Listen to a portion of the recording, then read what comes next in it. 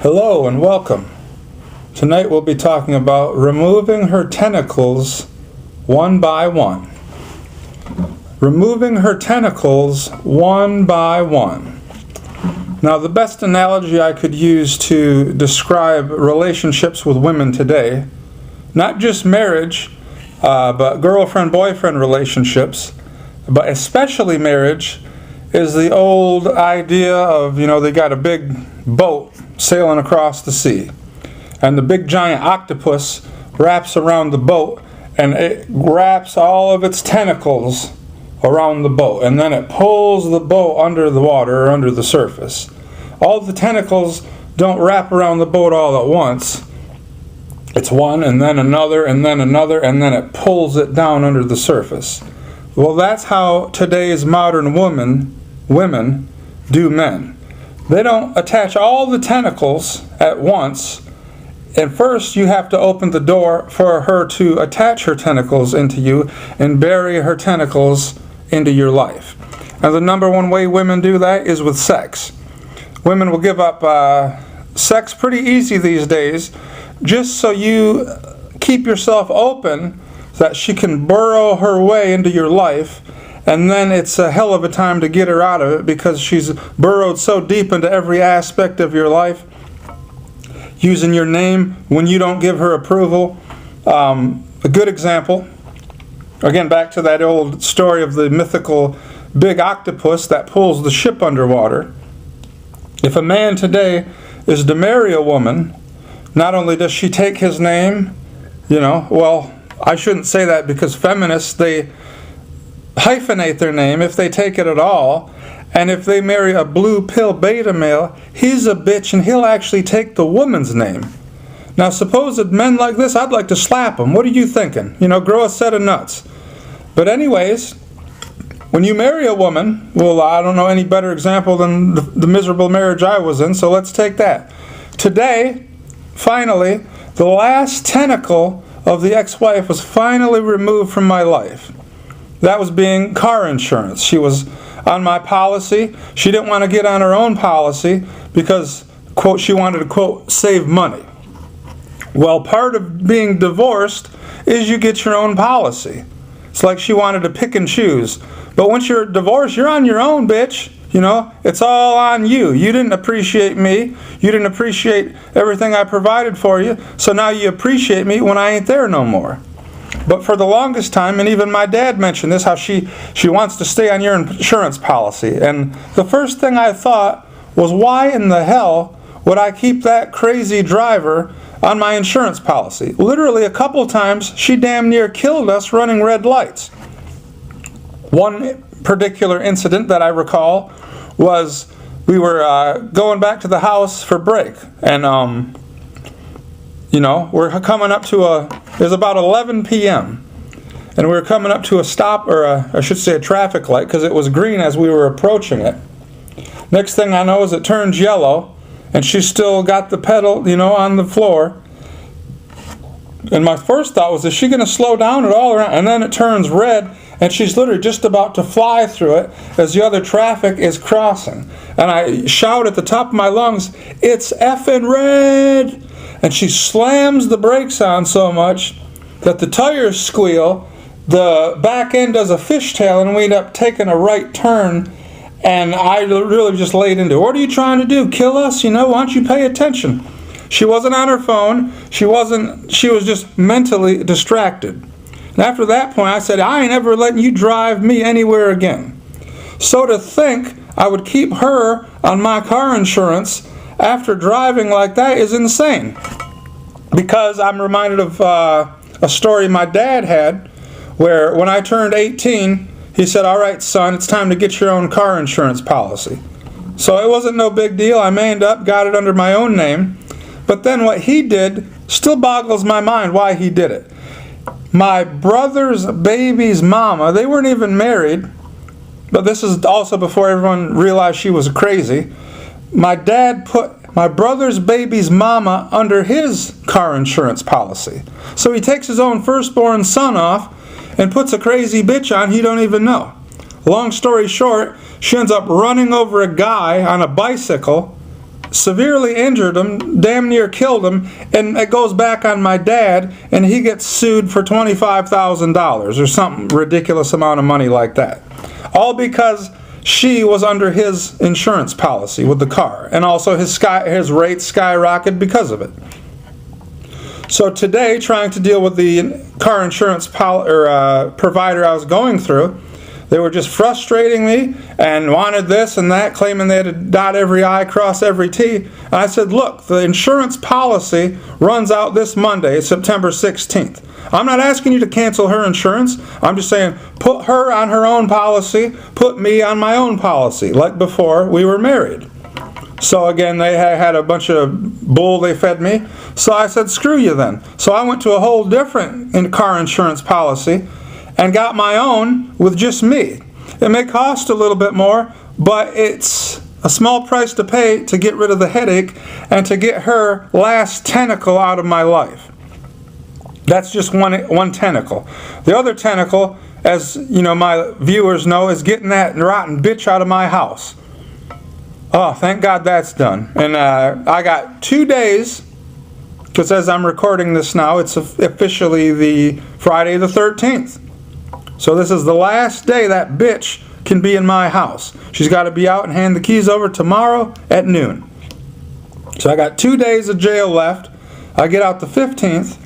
And tomorrow I'm going to have to go and get a copy of my divorce papers, not to fix the car insurance, because I just refuse to go through them. I won't mention who they are. But the thing is, they claimed after the divorce was final, which now it is, that they would drop the no contact order. And I'm thinking this bitch is devious, so she'd probably give me the keys and then call the cops on me saying, look, he's in the house. That's the reason, the whole reason I had to spend 2 weeks in jail is because I went to my house that I bought and paid for. So it's just ridiculous, all these things you got to do to cover your ass. And it's ridiculous the way women wrap their tentacles around you, bury themselves into your life, that then when you go to extract them, it's such a pain in the ass. But, you know, the tentacles, they weren't all wrapped around you at once. It was one by one by one by one, little bit at a time. Incrementalism. We all know the old analogy of you throw a frog in boiling water, he'll jump right out. But you put a frog in cool water, gradually turn up the heat, and he'll stay in there and cook to death. Well, that's how today's women do men who they marry. They don't just throw him in a boiling pot of water, because he would want out like this. But they gradually turn the heat up on him, until next thing you know, they've consumed every aspect of his life. And then they pull that man under the surface of the water, where he's no more who he used to be, but who they've manipulated him to be, much like how the giant squid or octopus would pull the massive ship under the water and destroy it. So we can't let women attach their tentacles to us. And the way we do that is we don't commit to women. We don't get in relationships with women. Relationships do not benefit men today. I cannot stress that enough. Relationships benefit men zero amount of time. Zero. Men gain nothing by committing, but they lose everything. And I'm not just talking about marriage, I'm talking about making her officially your girlfriend. You know what I think about that? Right there. There's what you think. Okay, so now, back to the analogy of the big squid. If you remember them movies, when the people on the ship would stab the tentacle or burn it or whatever, it would take one of them out, or even they would take a big machete out and cut the things off. Well, after you go through a divorce, and while you're going through the divorce itself, that's what it feels like, is that this bitch has just burrowed her way into every aspect of my life, to the point where if you allow her, she will cause you to lose yourself. But that's what women want. They want you to distort the image you have of yourself and make you the image they want you to be. And the thing is, they don't even know who they are, so how are they going to tell you who you are? It's a mess. And as I've said many times, you men out there do not want to be married. There's many reasons why you don't. But just figure the analogy of the big giant octopus. You're the ship going places. You got direction, you're going, you're cruising. But then this monster called a woman wants to come into your life and wrap her tentacles around you to the point where she wraps one around your throat, one around your arm, your leg. Now you can't get away. And as she got you there, she's not going to stop. She's going to wrap every tentacle she has around every area of your life to the point where you no longer exist but to be a slave and a wage slave for her. The thing women today want most is not a good man. Women today do not want good men, so why would you be what they don't want? When a woman says they want a good man, what they're really saying is they've had enough of riding the old cock carousel. They're tired of getting banged out by Chad and Tyrone, so now they want a relationship.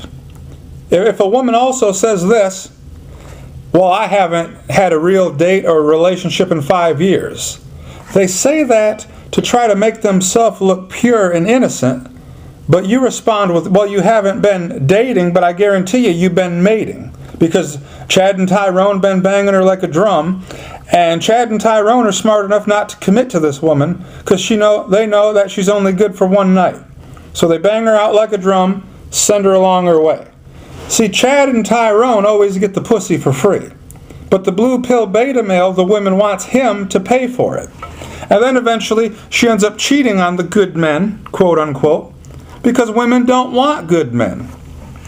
The biggest mistake you as a man can make out there is to listen to a woman when they tell you what they want, because the truth is women don't know what they want. And if you were to become that man they claim that they want or looking for, she's going to reject you over it, because that isn't what she wants. We can never believe what a woman says. We believe what she does. As I've said before, their words will lie to you, but their actions cannot lie. It's not possible for their actions to lie, because there it is. You've seen it. Although if you catch them in their actions, like I've seen many cheater videos where a man catches his girlfriend or wife cheating on him, or even trying to kill him, then she'll try to gaslight him and claim that it wasn't true. I recall one particular video where this woman tried to kill her husband. She hired a hitman, but it actually was an undercover cop. It was all recorded, it was all on video, and the husband watched the video.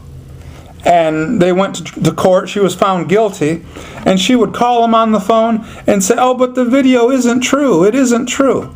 And he's like, how isn't it true? Oh, it's not true. You got to believe me. And she'd say, I want you to come over here and talk to me. Well, you're talking to him on the phone. That brings up another tactic women do. Women would much rather, manipulative women that is, would much rather talk to you in person rather than over the telephone. And the reason for that, there's many reasons, but the main reason is it's easier for women to manipulate a man when they're talking to him in person compared to over the telephone. Because over the telephone, they can't touch your arm, they can't make physical contact, they can't get in your bubble, so to speak. When a woman starts and has the objective of manipulating a man, if you notice, they'll kind of come closer to the man. They'll get in his bubble, so to speak. If that doesn't work, then they may grab the back of his arm or even, caress the side of his cheek. I've seen women do this because I used to be a bouncer downtown, and I would literally watch whores manipulate guys and get free drinks out of them and then brag at the end of the night how they didn't have to pay for a drink all night long. And I would watch these monkey simp betas feeding these women drinks, thinking they were going to get action at the end of the night. And before the night was even over, they would leave with another man, with a Chad or Tyrone who didn't buy him shit. Because as I've said before in a previous video, you don't ever give a woman what she wants, because if you do, she'll never give you what you want. Remember that Klondike story I brought out? Well, don't forget it, because I never have. So if you think you're going to buy your way into a woman's pants, you'd be better off just going out and hiring a prostitute. That way, it's all said and done. She's not going to me too you, because that's her job. And I'm not promoting prostitution. I'm comparing how that would be a better option than dealing with the women today who will change their mind and retroactively go back in time and then claim you raped them when the sex actually was consensual the other night. It happens all the time. And this ain't nothing new. I mean, if you look back in the Bible at the book of Genesis, at the story of Joseph. Joseph was thrown in jail because a manipulative woman, Potiphar's wife, accused him of raping her. When the truth was Joseph didn't want anything to do with her, but the bitch didn't know how to deal with rejection. So she falsely accused him of sexual advances the same way women do today. I mean, it's nothing new. And he was thrown in jail because of a woman lying on him. Now, how many men have been thrown in jail these days because women have lied on them, made stories up about them, so on and so forth? There's nothing new under the sun. The only thing new is the way of carrying it out, because we have new technology that wasn't available 10, 20, 30 years ago. But the strategy and the scheme and the mindset of women has always been the same. Women are going about looking for whom they can manipulate and devour. Now, that's why women prey on the quote-unquote nice guy or the good guy. Because if you haven't noticed, the nice guy attracts nothing but whores, Jezebels, and damaged goods. And the reason that is because they see he's a simp beta male, monkey simp, who can easily be taken advantage of. Because he has the wrong mindset. He wants a relationship. Let me tell you, a real man doesn't want a relationship with a woman. If you prioritize the relationship, but she doesn't, you're going to be very unattracted to her. It's supposed to be the woman who prioritizes the relationship, not the man. The man's just there for a good time. Like I've said before, our power as men is to commit or not to commit. So the woman will give up sex hoping you'll commit to her in a relationship because she gave you pussy. Well, why would you? You already got what you wanted. Bang her out and move about your business. Because as I've said before, if she's promiscuous and gives it up without much effort, that's her starting the Hungarian dialect, or the problem reaction solution that I was talking about last night. So always remember, these women always have a scheme, they always have a strategy, and their strategy is to wrap their tentacles around your life to the point where you no longer as an individual exist, that you only exist as a tool for her enjoyment, as a tool for her to use. And women use their vagina because they all think they got the golden vagina. And as a mechanic uses a wrench to do what he wants, so women use sex to get what they want. They just use it as a tool. In their 20s and 30s, they give it up. In their 30s and 40s, they're trying to get pregnant, women that is. But when they're 50s, after they go through menopause, then they start withholding sex again because there's no real reason to do it anymore. So that's just how female nature is. And you as a man, there's nothing you can do about it. Okay? If you think you can change these women, you're deceiving yourself. Because they will not change. That's why all these videos are being put out to educate you that if you choose to deal with women, that you know what you're getting involved with. And we don't want to jump through her hoops as if we're a lion in a circus and she's the ringmaster. See, the man is always supposed to be the lead. The man is supposed to make the final decision. That's why it's completely opposite now. Now you don't see the man at the head of the family. The correct structure is supposed to be man at the top, head of the family, then the woman underneath him, and then the kids. Well, that order has literally been turned upside down, where in most households, it's the kids at the top, dictating what goes on or not. Then the woman. Or in other households, it's the woman at the top, then the kids, but the common denominator is now the man is at the bottom. And there's a war against manhood, against fathers in particular. That's why every sitcom pictures the father as an idiot, a buffoon, who the wife and kids know what's going on, but he just comes home, drinks his beer, and watches TV. And growing up watching these shows, then that father image is then projected not only on any guy the woman gets with, but it's also projected on God the Father. And then we subconsciously would think he's a dumb idiot, a bumbling buffoon, when he's not. So, remember, do not let her wrap her tentacles around your life. You need to stay smart. You need to keep it short. Few months at the most. I would encourage you, don't just date one woman, date a whole bunch of women. Just don't commit to them, because you're not going to gain anything committing to a woman. Once you commit to a woman, if you haven't noticed, then they start backing off and easing off the gas. What they used to do for you that you liked, gradually they just stop doing it. Like if they used to cook for you all the time. Well, don't be surprised if all of a sudden they just stop cooking and they turn lazy. If you used to go on walks or go outside and do things, well, don't be surprised if all of a sudden she quits doing that and now she just wants to sit on the couch and watch stupid television. Everything, because these women front, they put a fake mask on because they're afraid you won't like the real them. And you know what? They're right. So when they take the mask off and you see the real them, you don't like it, do you? Well, that's false advertising, and that's what you have to deal with in the dating world. Because people aren't real today. Social media, it's so fake. It feeds the fakeness. And I'm tired of all this fakeness. That's why I put up these videos and I speak the truth, and what I'm saying is real. And any man out there who's been red-pilled, he knows what I'm saying is the truth. And if you're still a blue pill beta male, that's your problem. I'm not here to convince you.